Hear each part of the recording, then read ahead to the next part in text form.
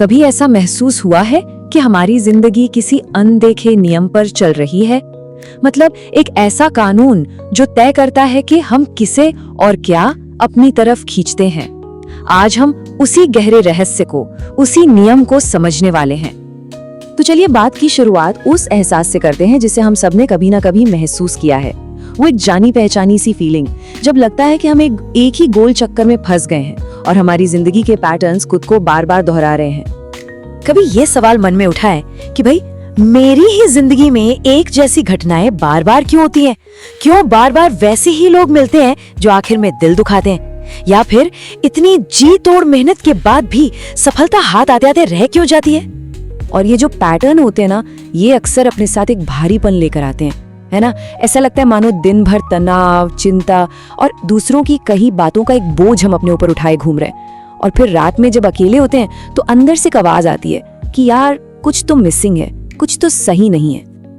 लेकिन फिर जिंदगी में कोई ऐसा इंसान भी मिलता है जिसकी मौजूदगी में सारा बोझ एकदम हल्का लगने लगता है। उनकी एनर्जी में, उनकी बातों में एक गजब का सुकून होता है और उनके पास बैठकर ऐसा लगता है जैसे सारी परेशानियां छोटी हो गई हैं। तब हम सोचते हैं, आखिर इनके पास ऐसा क्या है जो हमारे पास नहीं? क्या है इनका सीक्रेट?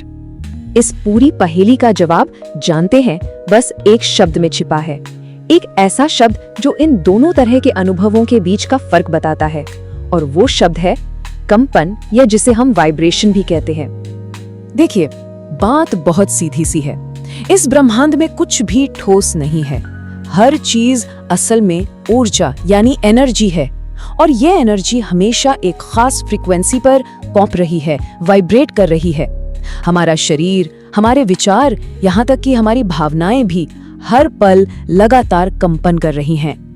भले ही हमें इस बात का एहसास हो या ना हो, पर हम सब एक चलते फिरते ब्रॉडकास्टिंग टावर की तरह है। हर पल, हर सेकंड हम एक वाइब्रेशनल सिग्नल इस ब्रह्मांड में भेज रहे हैं। और मजे की बात यह है कि यही सिग्नल तय करता है कि हमारी जिंदगी में कौन से लोग, कौन से मौके और कौन से हालात हमारी तरफ खींचे चले आएंगे। इसको समझने के लिए ना, रेडियो का उदाहरण सबसे बेस्ट है।